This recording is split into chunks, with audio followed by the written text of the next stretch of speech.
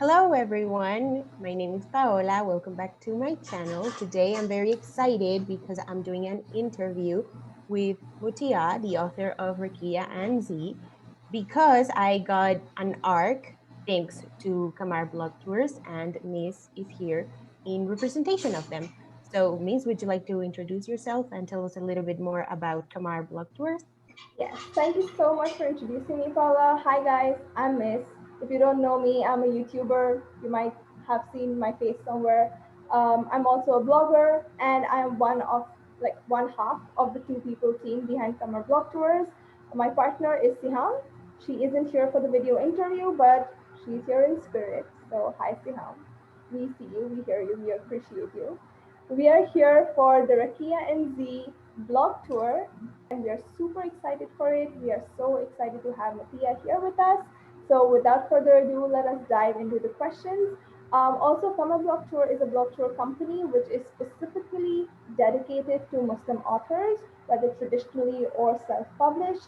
So we are super excited for it because so many of my reads of this year have been by Muslim authors.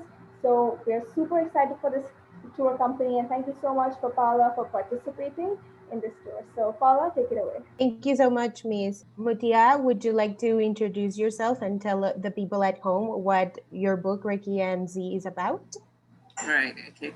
So, hi everyone. My name is Muti'ah Badruddeen. I'm a Nigerian. I write contemporary Islamic fiction.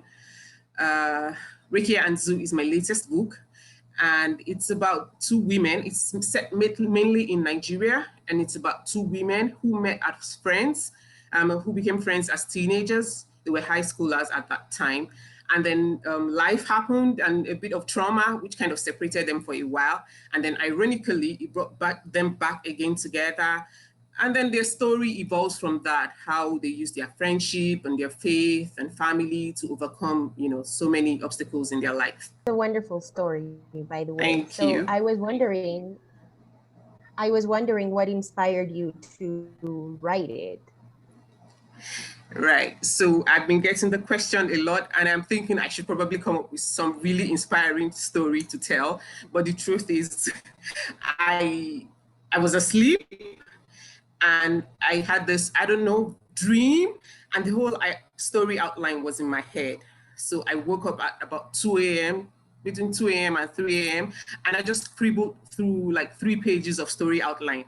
And it took me 5 years to get this story from there to here, but the entire bones of the story has been pretty much the same, like nothing really changed. So yeah, it just came to me in a dream, really. I can't really take credit for it. I love that. I love that bit of information on how this story came about. That's really sweet. So this book deals with trauma, loss, and being a Muslim woman. Were those themes you knew you wanted to explore from the start, or did they come later in later drafts? Yeah. Okay, so the Muslim women bit obviously was something I always wanted to explore because growing up, I read a lot. I still do a lot of reading, and there was very little of myself, even as a child, in the books that I read. Most, mainstream fiction tend to come from the West, and growing up in Africa, being a Black girl, I didn't really see enough of myself in those books. And then add to being a Muslim, like even when the African women or females show up in the literature, they tend not to be the Muslim ones. And when we do show up, we tend to be, or they tend to be the ones, their storyline has to be like they're oppressed, they need saving or some kind of, and that wasn't my reality. It wasn't the reality of the people that, were closest to me. So yeah, definitely being a Muslim woman was always something I wanted to explore. It's one of the reasons why I write fiction. I'm really big on, Muslim representation in literature. That said, the trauma and the loss, I didn't plan for that. Like the story was supposed to be about this great friendship. That was what the story was about. And then the trauma kind of came in because something had to have happened to separate them. And then once you start talking about trauma, you just have to do it justice. So I think that that's how the trauma came into the whole story, and somehow it just went from there. I wasn't planning on that. That's very interesting. I love your answer about exploring what it's like to be a Muslim woman and the lack of representation that there is in mainstream media. So, if your book was a dish, which one would it? Oh, wow. Okay, so there's a particular meal in the book. It's called Amala. It's a local delicacy in Ibadan, which is where the city in Nigeria where the story is mainly set. So it's a local delicacy from that part of my country. Now, this dish is not for everyone, and it's pretty difficult to make. So if you like don't get it right, you get some lumpy paste that can just turn you off the dish for life. So if Rekiya and Z was a dish, it would definitely be Amala, because you either get the consistency right, which is what I feel about the story. Like it could have gone either way. It could have turned people off, or it could have turned out the way an Amala dish done right turns out. Like I think that it's a beautiful story, just like an Amala dish turns out when somebody who does it very well does it. Definitely not me. I'm very bad at making Amala. I like eating it if somebody else does it, but I can't make it to save my life. So I think that if Rekiya and Z were a dish, it would definitely be Amala. Oh, interesting. I really want to try that dish. What is it? What does it contain? What are the ingredients?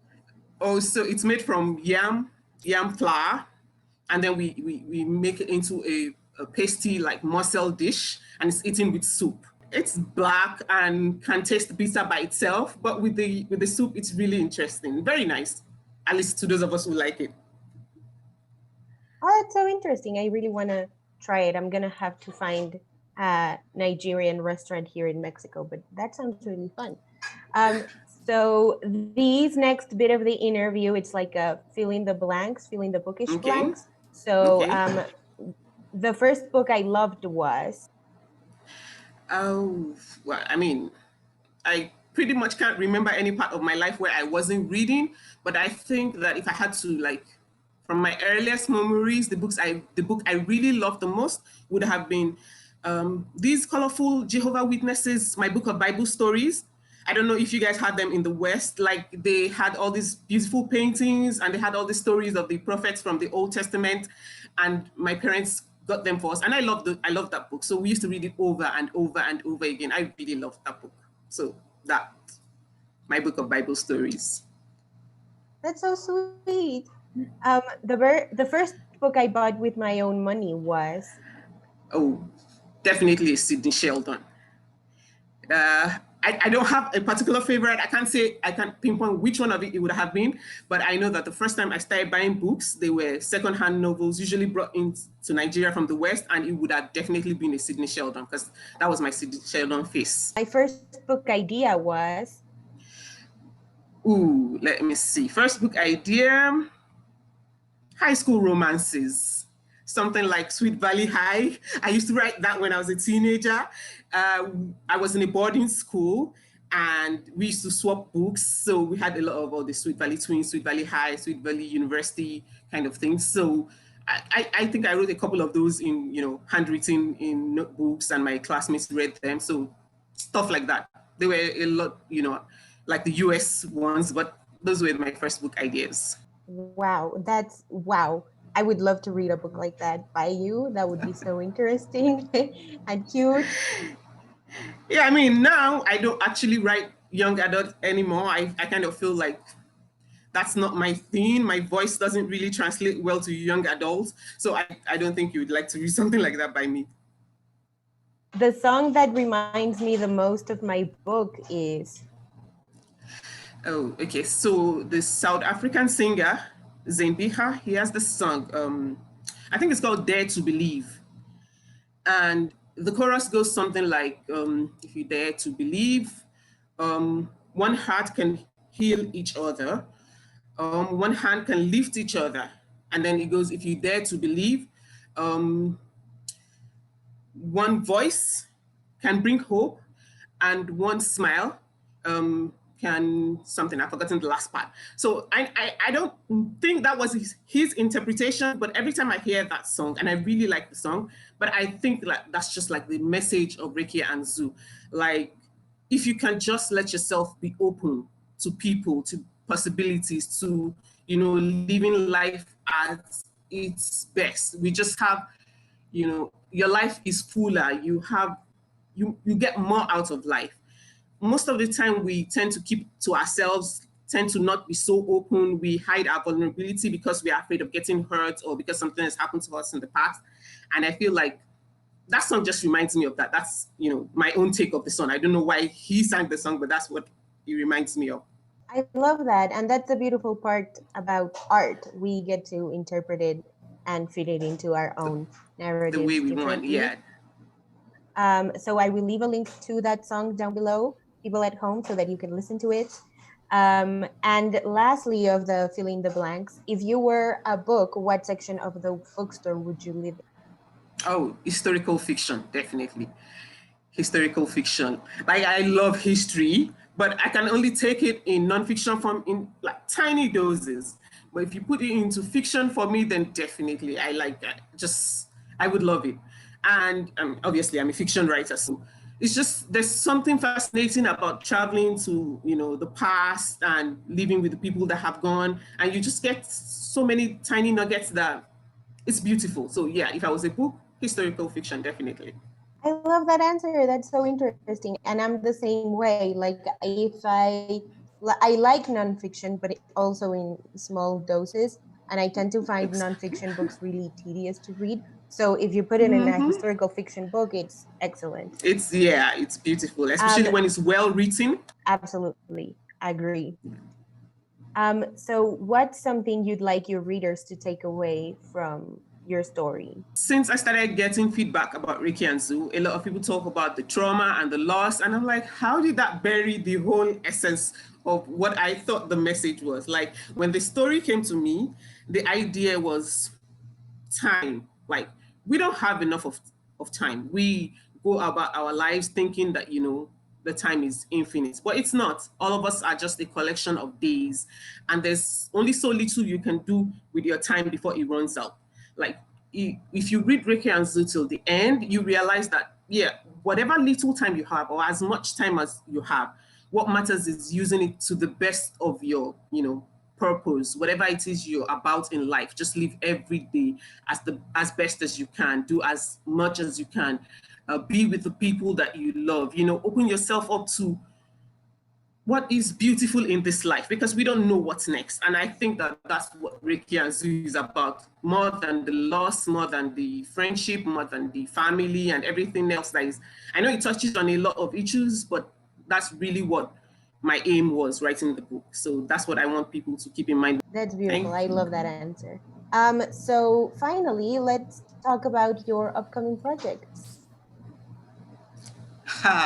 Okay, so like right now I am in book promo phase. Like, I'm a self-published author for Reiki and Z, obviously, so I don't have like publicists behind me and everything. And Qamar Blog Company has been really helpful, helping me get my book out there.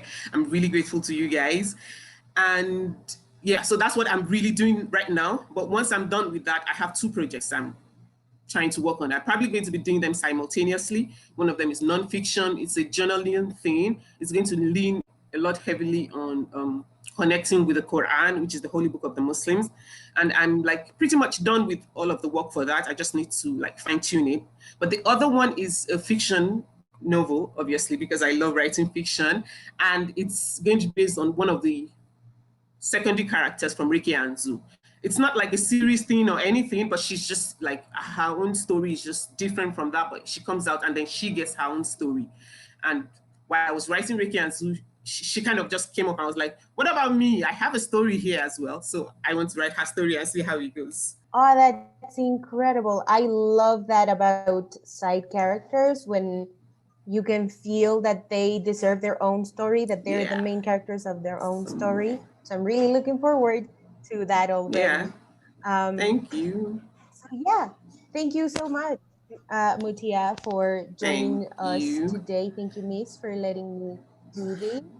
Thank you And so thank much you Thank for so you setting much that for to stage. having me. Thank you so much to Qamar Blog Tours for the opportunity to interview Muti'ah and reading the book.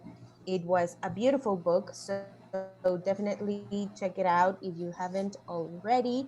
I will leave a link to the Goodreads link so that you can add it to your TBR. I will leave a link to Muti'ah's website, her things. down below, as well as Qamar Blog Tours. So much for Hi. conducting this interview, Paula. You were amazing. And thank you for joining us today, Muti'ah. All of you can check out Thank you Qamar guys Blog so Tours. much. Yes, thank you. Thank Yeah, uh, we'll see you next time. Bye. Thank you so much.